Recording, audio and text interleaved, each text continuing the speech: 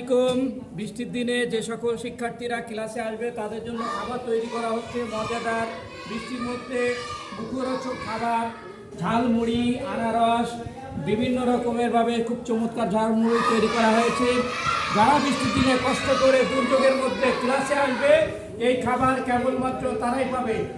ছোট্ট সোনামণিরা, তোমরা যারা দুর্যোগের মধ্যে আসনি, তোমরা কিন্তু মিস করছো আজকে আমাদের এই সুন্দর মুখরোচক এই বৃষ্টির দিনের এই খাবার কিন্তু মিস করছো। এই জন্য আমরা বিগত দিনেও এই দুর্যোগের সময় আমরা এই সমস্ত খাবার তৈরি করে দিয়েছি, আজকেও দিচ্ছি, আগামীতেও দেবো। তোমরা কেউ যেন মিস করো না আগামী থেকে।